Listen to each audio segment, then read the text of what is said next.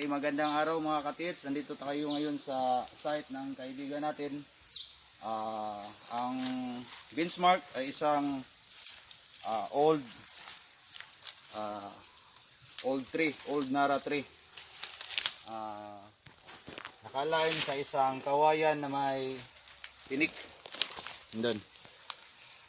So, mula dito sa kawayan, mula dito sa puno ng Nara, due east, andun yung detection sa Ilrad.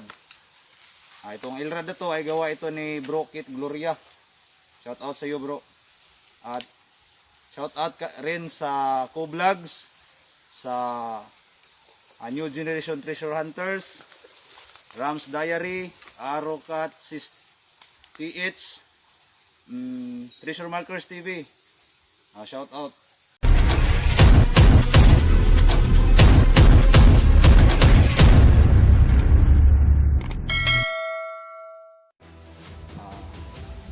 Andun yung detection. Mga nasa 6 Meters? 6 meters. US mula dito sa puno ng Nara.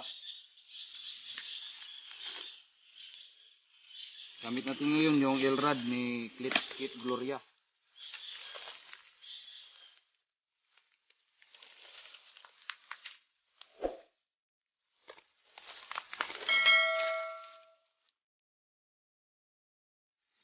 Andito yung unang cross ng rad natin. Tapos lakad tayo papunta doon.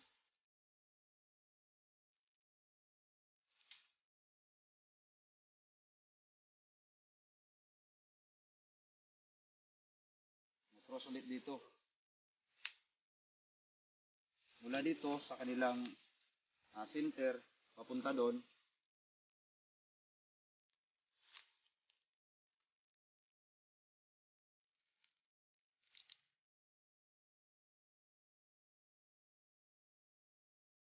Cross ulit. Dito rin center papunta doon.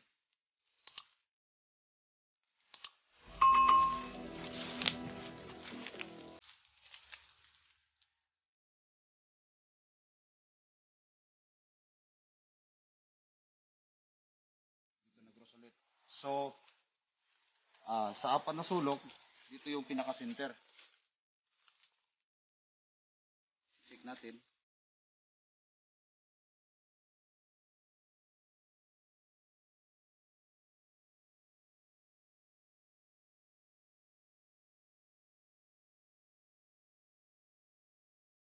Dito. Kinonfirm ko na to sa wand. Dito talaga, yung dimension niya is 2x2 foot.